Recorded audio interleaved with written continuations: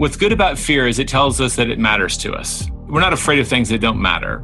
There's very few things in business that would truly ever be life and death. Usually fear signals to me that there's a really important opportunity that's worth trying. You don't have to just race out there and feel vulnerable, but if you don't make progress, you won't get past that fear. So my challenge to people usually is in the next 48 hours, take your first step. There's no reason to be stuck in life. Life's too short. Hello and welcome to this week's episode of WealthTalk. My name is Christian Rodwell, Membership Director for WealthBuilders. Now, have you ever caught yourself saying, I just don't have enough time to get everything done? Well, that's exactly the conversation I was having with one of our members the other day. And I replied to them saying, what's the one thing that you can do such that by doing it, everything else will be easier or unnecessary? Now, it's a great question to ask yourself when you find your to-do list starting to cause you anxiety and overwhelm. Now, my guest today is Jay Papasan, co-author of one of the leading personal productivity books in the world, The One Thing, who he wrote with Gary Keller. Now, I recorded a podcast with Jay way back in 2018 for my Escape the Rat Race radio podcast. And after that recent conversation, I thought it would be good to dust it off and share it with you, as it still holds as much relevance today as it did back then. I hope you enjoy it. Jay, how are you today? I'm doing fantastic. Thanks so much for having me. So where in the world are you right now? We're in Austin, Texas. Fantastic. And I presume you're in your office. I am, and you can see the green belt behind me. It's one of the great joys of Austin. There's lots of green space. It runs right through the middle of town, and fortunately for me, right by my office. I just have to keep my back to it so I can be productive. Absolutely. Well, you mentioned productive, and obviously what we're going to be talking about a lot today is The One Thing book, which you co-authored with Gary Keller. So before we get into that, I'd love for you to just introduce yourself and let people know a little bit more about Jay Papasan, who you are and what you currently do. I grew up in the South. After a little brief stint in Europe, I was in Paris for about 3 years working as a translator. I went to graduate school in New York and got into publishing. I've always loved books. I worked as a bookseller in college and always wanted to write. And I became an editor. Got to work on some big books before I met my wife, and we relocated to Austin. And that's where I met my current partner, Gary Keller. Started as an employee working for him, writing a newsletter. And then we wrote our first book, The Millionaire Real Estate Agent, together, which has gone on to sell over 1 million copies. And looking up, we've written 11 other books together or with other authors. And the most recent one is The One Thing, which you alluded to and why I'm here, which we wrote almost 5 years ago. We published it 5 years ago. And it's just kind of taken off like every author hopes their book will. Sold over 1.3 million copies and still going. Yeah, well, congratulations. That really is some achievement. And you own companies now, and entrepreneurship is something close to your heart. And would you say there was a time when you felt like you were just getting up and going through the daily grind and weren't too sure about kind of the bigger purpose? Probably for my first 33 years of my life. My father was an executive. He was very successful. He was involved in a lot of nonprofits, and I definitely looked up to him. And I thought that the way to build wealth and build freedom was to be an executive and make a big salary. And the second book that Gary and I did was called The Millionaire Real Estate Investor. And part of my assignment, Gary was the millionaire. I was the employee. I had to interview 120 net worth millionaires. And our goal was to figure out what they had in common. And I can remember going home to my wife, and it was just blowing my mind. And your job is your job. It's what you love to do. But that's often not where your wealth was going to be made. And that was the big paradigm shift for me. So I was very much in the rat race when I was an editor in New York, jockeying for position and for promotions and all of that. It's where they value long hours and not even always results, honestly. It's a very strange thing. And I looked up at Gary, who's been my partner. He's my boss too, full disclosure. I still work for him, but we also own businesses together. And he values results because he thinks like an entrepreneur. And I remember like my wife and I started a journey around 2004, right when we were about to publish that book, where we set a goal. We want to be millionaires. What would that look like? And that was really the turning point for us, where we changed our thinking, started saying no to things that people on a rat race wouldn't say no to, and started saying yes to things so that we could build some freedom and wealth. That's a fascinating story. And it kind of reminds me a little bit of the relationship between Andrew Carnegie and Napoleon Hill, setting him, kind of a task and going out and interviewing these millionaires at the time. Did it feel a bit like that? Were you kind of almost following in the footsteps in some way? Yeah, Gary later made me read that book, right? I hadn't even read it at that moment. So it had been impossible for me to make that connection. But what I learned from the first book, we only interviewed 27 millionaire agents, right? The model there was, let's look at the really most successful people and see what they have in common. And that's been our approach in most of our books. So it's not just my ideas or Gary's ideas. The first book, I remember, like, you learn so much with an in-depth interview. And I'm sure as someone who does interviews all day long for what you do here, it's a fabulous way to learn. I'm a book person, but I actually learn better by talking to people. I know that about myself. So I think he knew that. I don't know that's why he did it. He was thinking about the book. But every time we've done a book, I've had to grow enormously to kind of be capable of writing it at the end. And I think when people discover personal development, which so many times begins with Rich Dad, Poor Dad, it's so often the book that when I speak to members who come along to our meetup events and I ask them, what kind of was the light bulb moment? And they say, well, I read Rich Dad, Poor Dad. And that just opens the door to a whole world of opportunity. And is that where you got your name? Because I remember we read that book on that investor journey. We started by being investors before we realized we needed to own businesses. And we played a game that Rich Dad put out, Kiyosaki, called The Rat Race. I don't know if you ever played that. Cash Flow 101. That's right. Yeah, exactly. It was very eye-opening. When you sat down with Gary and obviously we're planning on writing the one thing, by that, and if I'm correct, that came out in 2013. Is that That's correct? right. That's right. Yeah. April 1st. And how long did it take, before that, from actually having the idea to actually being released? How long was that process? It was close to 5 years. And truth be known, we were writing a book about focus and we got distracted. So as you know, Gary is the founder of Keller Williams Realty, which is the largest real estate franchise firm in the world. And we went through the great real estate recession here. And so we were about a year into the process when the market tanked and we stopped writing the one thing and wrote a book called Shift, which was designed to help our people navigate that cycle. And then we got back to it. It was about a 6 to 9 month hiatus, actually, for us to get that book out, an emergency kind of priority, which we talk about in the book. That was our one thing now. And then we came back to the one thing. So it wasn't 5 years like all at once. We had a little break in the middle, but it was a long process. We lived with this idea for a long time. So I'm curious, with the plethora of books that exist in the world around the topics of productivity, time management, entrepreneurship, how did you go about deciding that there was a gap in the market and that you could create something that was going to be unique, that still had an opinion, which was fresh, which is what you've done and achieved with the one thing? And obviously selling over 1 million copies has proven that point, that it's a fantastic book and has helped so many people. I'm curious how you went about pinpointing that specific area to write about. It came up a little bit by accident. We were working on a course and Gary wrote an essay to go with it. I was running our university at that time and it was called The Power of One. And it had the essential ideas of the book, a few of them: time blocking, your most important thing, focusing down to your biggest rock. And all of this is about Pareto's principle, the 80-20, just taken to a real extreme.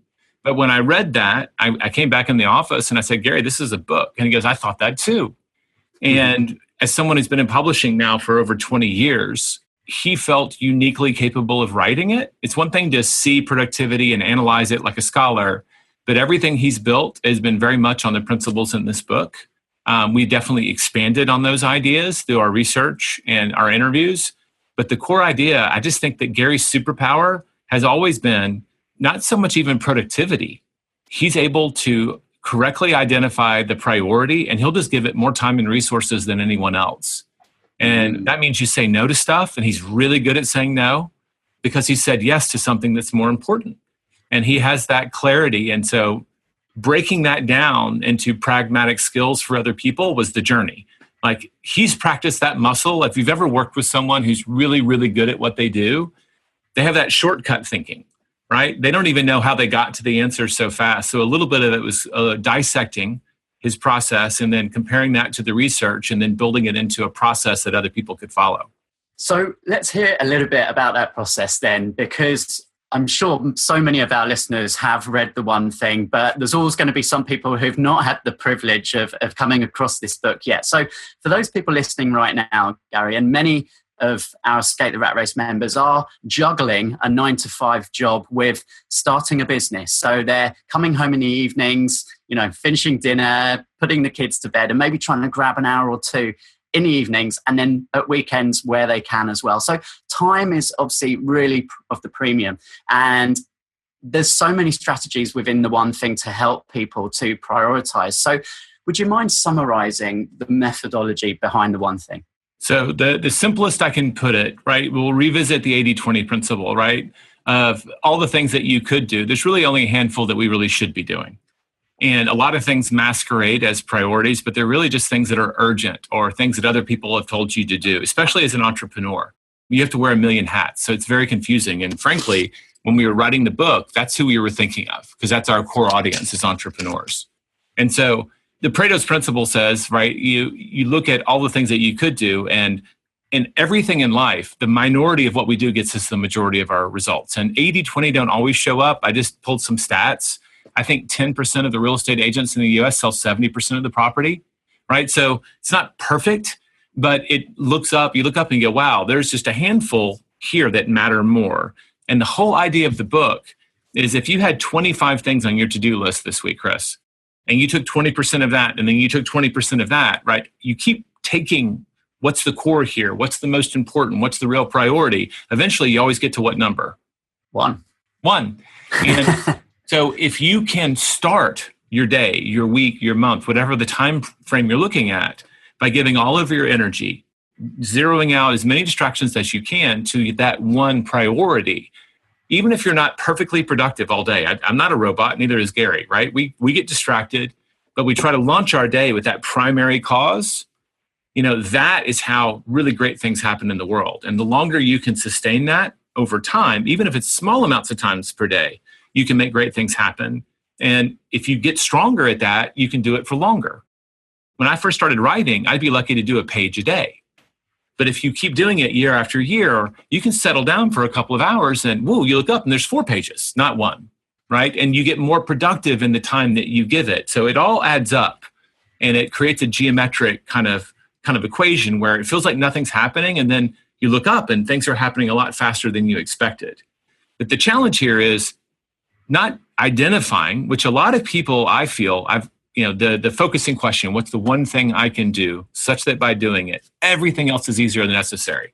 That's the question mark on the back of the book. It's the core of the book. I find that most people know the answer and they feel guilty for not doing it.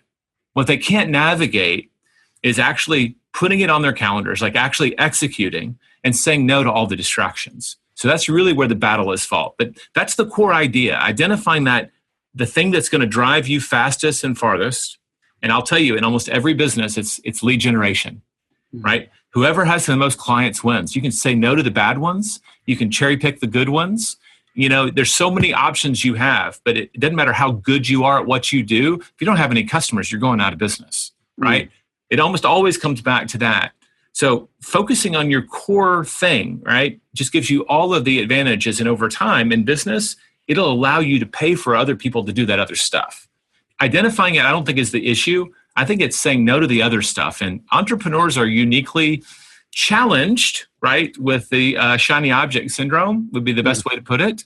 Mm-hmm. And because they're not confident in their answer, a lot of times they double down or triple down to just make sure they're covering their bases. And that also creates problems. So we could go any way you want from there, but that's the big idea.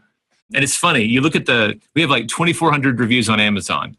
And if you look at all the 5-star reviews, we had an engineer go through there and correlate. The ones that love it the most love it for its simplicity. And then you look at all the 1-star reviews and they say it's too simple. So can't please everybody. No, that's right. And there's so many loops that you've opened up there for me. Yeah. One of my earliest mentors, and I didn't get to meet him, but he's someone that I was first introduced to in terms of listening to audio, and that was Jim Rohn. And Jim Rohn talked about discipline. And, one of his quotes was along the lines of, discipline is the kind of bridge between just having ideas and actually achieving stuff. And it's having that discipline in yourself to do the things that you probably don't want to do. And that was the emphasis of Brian Tracy's book, Eat That Frog. Do the thing that you least want to do first, and then everything else kind of gets a bit easier. And it's having that discipline to actually identify that, but then to actually just go and do it. We had some fun in the book. You know this because you've read it. There's a whole chapter on discipline, and there's a whole chapter on willpower, which you just both talked about. And so one of the great tricks, which I think is my biggest takeaway personally, is what I tend to speak about when I do a keynote, is this idea of discipline. And it's not punishment, because if you ask a kid, that's what they think discipline is. And I think most adults think that you have to be disciplined, right? Knowing what you're supposed to do all the time. And our big takeaway is the people who are super successful were people of limited discipline. They just applied it very early and on the right things. And so one of the ways to look at discipline is training yourself to do something until it's habitual. And so one of our research in here, we discovered it takes 66 days on average to form a habit. So if you know that your one thing is X, right? You know what? Our business would be so great if I could just call on 10 prospective customers every day. In theory, it's an average, right? So it doesn't play out every time. 66 days of doing that activity would be like brushing your teeth. I have an 11-year-old and a 12-year-old, right? Excuse me, a 13 and a 12-year-old just had a birthday. You look up, and for years and years, we had to berate them to brush their teeth, right? But hopefully you and I don't have that problem because it's a habit that's ingrained. It works that way at work too. If you do an activity, you can make it habitual. And that's what we mean by discipline. And you alluded to Eat That Frog. That to me is willpower. Willpower is the mental energy to say yes to what you need to do and no to everything else. And guess what? That's absolutely strongest in the morning. Doesn't matter if you got enough sleep. It doesn't matter. It's physiological on a lot of levels, but overnight, even if we're not sleeping properly, we tend to store energy. And if you measure decisions, your blood sugar will drop before and after. So that mental energy to do something, especially something we don't particularly enjoy or want to do, it's physiological, and you're more likely to do it in the morning than if you put it off to the afternoon. So I just gave you a whole bunch of stuff, but you just opened up 2 loops for me, and I wanted to close them. Well, I'm enjoying the conversation and where it's taken us anyway, Jay. So it comes down to getting to know yourself. And we talked about this earlier, you and I. And again, it's the Pareto's law in that picking the right strategy is really only 20% because the strategies work. And if you follow a strategy and someone else has been successful doing it that way, then your chances of being successful are pretty high as well. What is the 80% is the mindset. And these are all these things that we're discussing, isn't it? This is the belief in yourself, the actual willpower to stick with it, and all of that mixes in. And you've worked and had the pleasure of coming across so many entrepreneurs at different stages. And what are some of the successful traits that you have identified amongst people, Jay? I'll dovetail. You made me think of one of my favorite quotes. It came from a guy... it's not Andy Andrews. That's the writer. Andy Allen, who's a realtor on a panel. And he was really successful. And everybody kept saying, what do you do? What do you do? What do you do? And he finally got really fed up. It was like a public event. And he said, guys, it's not so much what you do, it's that you do. Right? So stop focusing on finding the silver bullet and just go out there and do something. And so I do think, and that this leads me to your answer, when we look at potential people to run a business for us, obviously we would like people who are intelligence, right? That's a great thing to have on your team. I value it. We write books, right? I like smart people that are resourceful, that can solve their own problems and manage themselves. But we look for assertiveness and aggressiveness because people who take action are people who will eventually find the right solution. And, if you want to compare business to programming, agile, you can start with something very simple, but just keep doing it and doing it and doing it better. You can lead to like a really massive breakthrough. So I think I like and have a strong bias towards action. I would much rather, as my chiropractor tells me, I'd rather say whoa than giddy up, right? When it comes to winning on my team. And I find that the people who are successful, you get to be on the other side of the equation. You don't have to say, hey, why are you getting into the office so late? You get to say, hey, why don't you go home? You've done enough. Your wife and kids miss you, right? I don't want to hear from your wife. I want you to have successful home life too, because they're so keyed into action. And I would always rather be on that side of the equation. So I love that. I think that people have to take action or they'll never get results. I mean, that's obvious. But we do a lot of planning and we do a lot of thinking, but the people who take action, that's ultimately the ones that really find great success. And I think this is one of the challenges for people who do reach that crossroads in their life where they've been working in the same job for 10, 15, 20 years. And they suddenly wake up one day and they say, I'm not enjoying this. It's not leading me to the destination that I once thought it was going to. But this is all I've ever done. I'm in the rut. I've got a family. I've got a mortgage. I've got these responsibilities. And it's a place that can be quite scary, quite fearful, because you really have to take a big decision. Can I take this risk and actually change direction and learn something new? And a lot of people, it's a risk too much. And we talk about comfort zones and, really expanding your comfort zone. The challenge then when they do decide that they want to do something else is you go to the internet, you start going to some seminars, and then you're overwhelmed. You have a million different opportunities. You could go into property, you could trade the markets, you could start selling on Amazon. And people are just like, oh my God, I don't know which way to turn. So do you have any advice or have you any previous kind of stories and experiences with people who've been able to just kind of work out a good method for maybe testing a few things, but then making a decision quickly as to which path to follow? Okay. Love the question. And I've had lots of these conversations. I do think that people who are driven to be entrepreneurs are actually driven. It's kind of a calling. The core thing, it's not that they don't like their job and they're not good at it. They just want to be in charge and in control. And that's something that's a core value. At the same time, there are lots of us who work for other people. We don't love our jobs. And right now with technology and everything out, there's never been more opportunities to be in business for yourself. And so there are those people who have this calling to be entrepreneurs who will go out and try it and find out that they're better entrepreneurs or they're better employees. And there are also employees who will heed the call, who will discover that it was a mistake.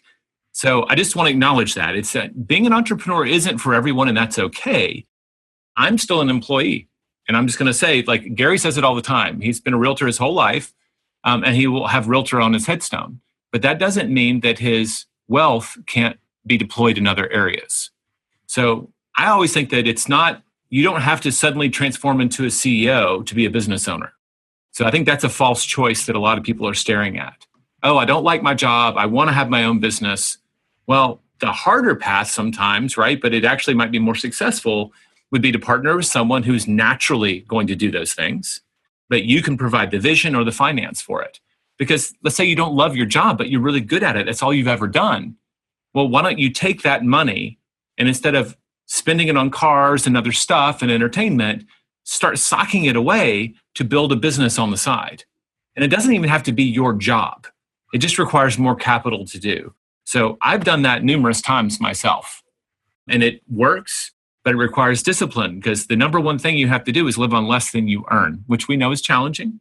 But I find that when I'm working for a purpose, it makes that easier because I have a vision for something out there and I want it to happen, right? And I want that freedom. And so it makes it easier to say no to some of those things and sock it away. So all of that said, the number one thing I tell people, if you're going to make the jump, you need at least 3 to 6 months of savings. Because no matter how brilliant your idea is and how well researched it is, there's going to be some bumps in the road. And it's good to have a safety net. When you're transitioning, do it with integrity. I think it's a really hard thing to do to moonlight and be successful in both places. So you're probably going to be losing sleep. You're probably going to be getting up early and staying up late if you're going to be integrity at your job. Because otherwise, your employer is paying you to do something else, which I don't feel good about. And if I was paying someone for them to moonlight on me, I wouldn't feel good about that either, right? On either side of that. So do it with integrity and don't leave them in a lurch because that person you've worked for so long might actually be the key to your success down the road. I set people up as an employer when someone comes in to work for me and we graduate people into entrepreneurship. That's the nature of our culture. I just tell them I expect a 3 to 5 year commitment, which most people like, whoa, in this day and age. And I'm like, yeah, I mean, things happen, but I expect you to don't say yes unless you think that's possible. And 2, when it's time to leave, you're going to start the conversation with me. And we're going to find you a replacement and you'll train them before you leave. Because especially in a small business, 2 weeks notice is a slap in the face. So don't do it to someone else, because guess what? Karma is a bitch. It will come back to you. So when you're the employer, you want to have all your employees doing the same thing. So I think that the transition is huge. You can start a business on the side through technology or other people, but just be in integrity with the job that you have, be transparent about where you're going, and try to set them up for success. If they're the kind of person who's going to fire you that moment, well, I don't usually worry about that. That they burnt that bridge, not you. So I just dumped a lot of stuff on you that's an amalgam of advice I've given to probably 50 or 60 people, but I tried to hit the high notes.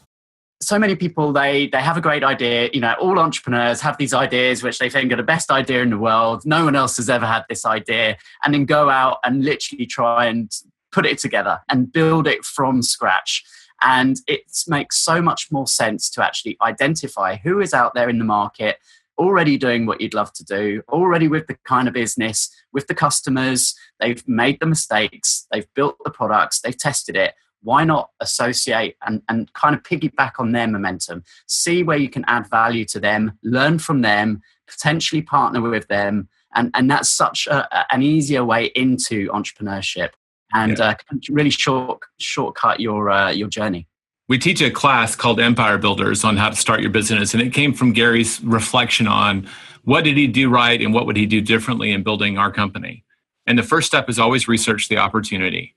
And so go out and understand the market that you're thinking about going into versus just leaping head first. And that's what you just described a little bit, because you'll know who the players are, who your potential partners are, who your potential employees are. And the other one is figure out your value proposition.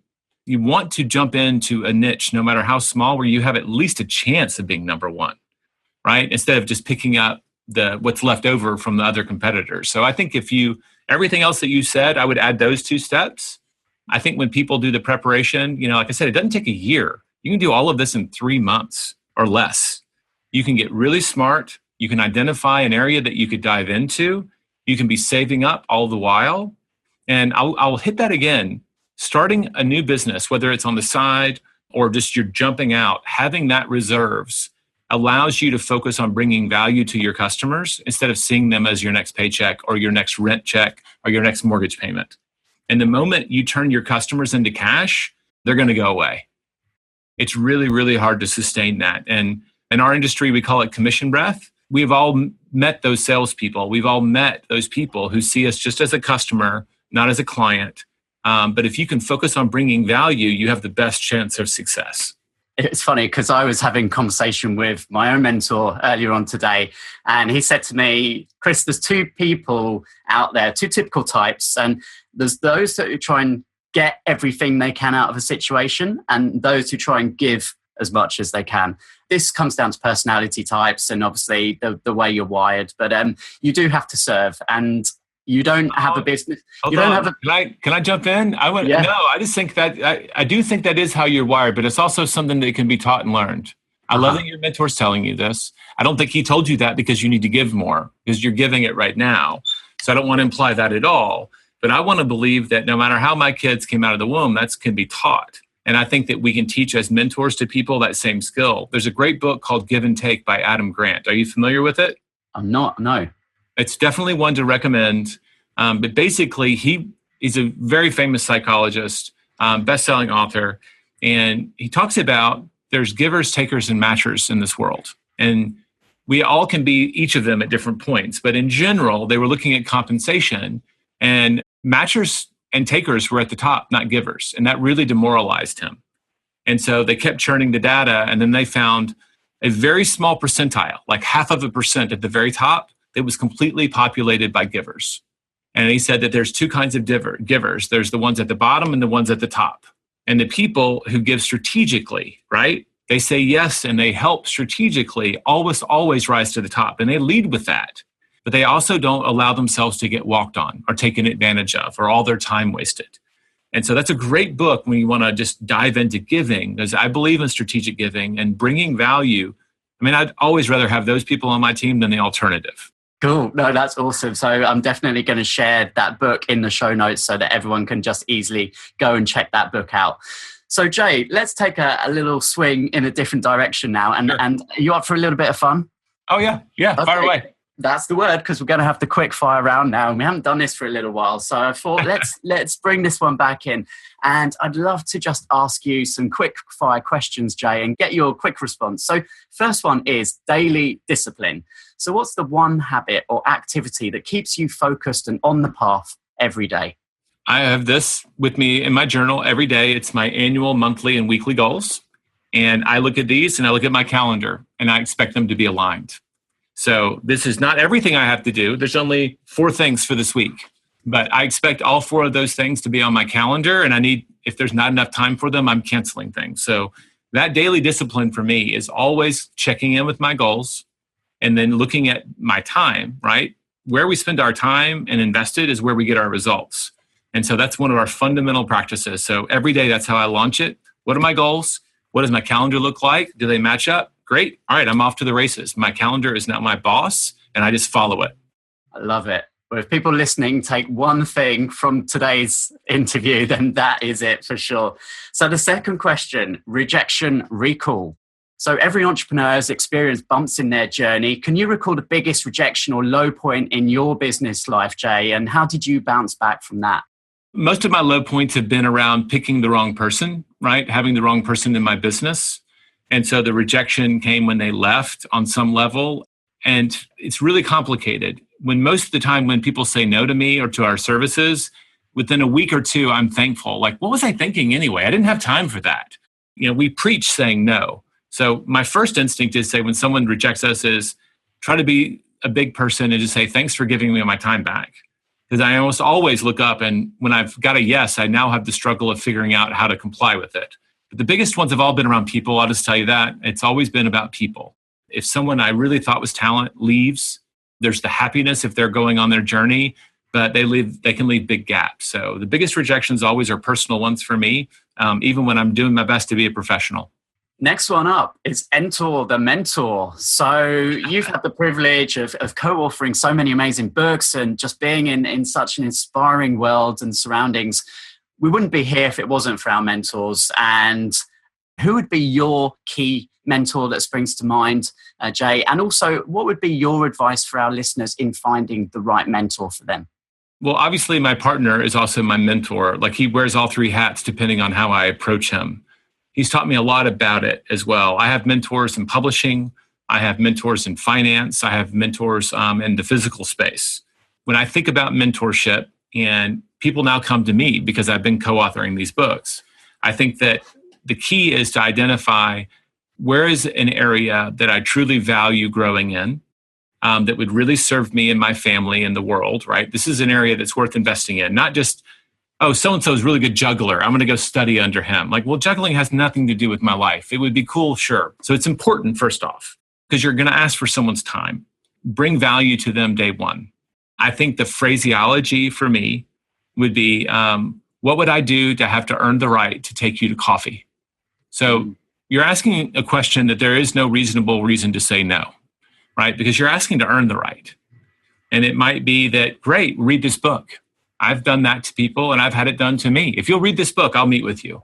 I had so many people ask me about publishing. I created like an hour-long video tutorial, and I won't talk to people unless they watch that and can prove it. Because I don't need to retread that time again and again and again. I can bring more value otherwise. So show up, earn the right for their time. When they give you advice, even if you don't agree with it, do it. Because then you can go back and say, you know what? I didn't believe in it, but I did it because it's coming from you. It didn't work out. How should I look at this differently? The number one thing a mentor wants is to know that their time isn't wasted. And they'll apologize. Well, crap, that's always worked before. You'll actually engage them through failing in their advice. And let me see what else. Come from value, do what they say, and circle back and be patient. Most mentors, if they are worthy of the name, have a lot of people calling on them. And so just you value their time and be patient because it's not their job. They're doing it for free. And I somehow think the 80-20 rule might apply there as well. Yes. Brilliant. I won't invest in someone. My wife and I were just discussing this. I won't invest in someone who's not investing in themselves. A lot of people show up and they just want you to do it for them. And I'm usually pretty frank with them. Say, great, I love your aggression and it's always good to ask, but my answer is no. So you go do these 3 things and circle back. And I'll tell you, almost none of them ever circle back. In fact, that's really one of the reasons as well. I'm writing my first book at the moment, Jay, and enjoying that process very much. And it's a 5-step formula that I share with my one-to-one clients, and it's something that I wanted to put into a book format and say to exactly those people that are coming to me and saying, "Can you help? I'm unsure. Need some clarity over the direction." Well, go and read the book. Go and read the book, and when you've done that, come back to me. And then let's open up a conversation. So how many people will go and read the book and come back? Well, we will see. I'll tell you, it's going to be, 1 and 2 out of 10. And that's okay. The ones that do are worth your time. And the ones who didn't do it probably looked up and they weren't as intent on doing it as they thought, because just a simple book stood between them and that goal. That's okay. Both parties win. No judgment. But that's a great strategy for leveraging your time. You can help a lot more people that way and more meaningfully. So kudos to you for coming up with that solution, and good luck. Thank you very much. So the last one in the quickfire round here is what's happening. So what's one app that you recently discovered, Jay, which you can't let go of at the moment? All right. So, we wrote a book about focus. So I try not to spend tons and tons and tons of time on my smartphone, right? Because that's not usually a great thing. So I thought about this question, and the ones that I use the most, this is not new. They might be new to you. Obviously, I'm a writer, so I love Evernote. I like Wunderlist because it allows me to prioritize tasks that I'm saving. It doesn't just record them in the order that I gave them. I can say this is number 1 and give it real priority, and I can assign them to other people. And so I use that to save a ton of time. My wife and I keep a grocery list, a shopping list, all these things together where we can both take care of it if we're in the grocery store without having to call each other. And the other one is LastPass. In this day with security, I have a virtual assistant, I have people on the team. I just don't have the mental space to keep up with all those passwords.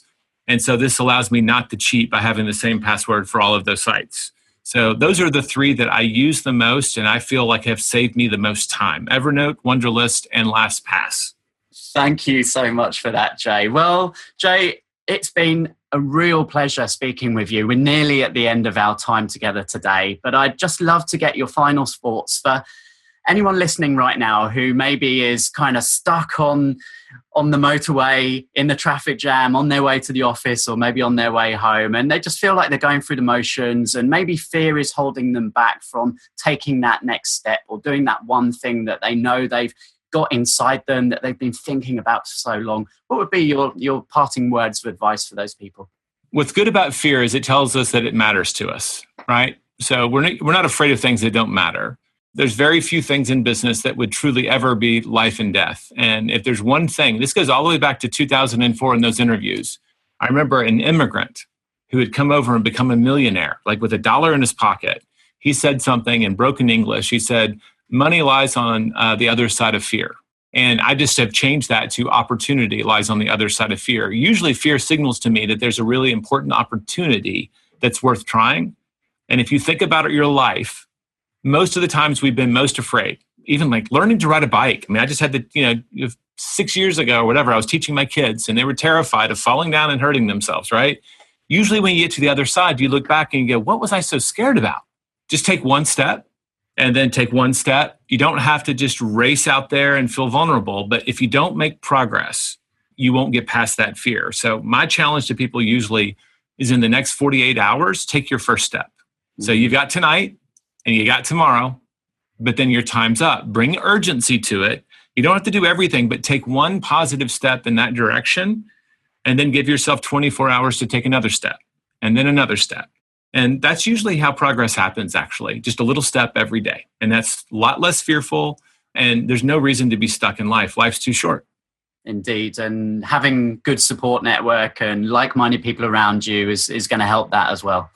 The best advice I ever got from my boss, it's a future book title for us, is no one succeeds alone, right? So find your community. You don't have to do it alone, but you've got to start taking steps. You got to take action no matter how small. It's just not worth being afraid of. Jay, you have shared some absolutely golden nuggets with us today. I know the show notes will be rich, full of links and resources for people to go and explore. And I want to thank you so much for your time today. Really have enjoyed it. I've learned many things as well from you.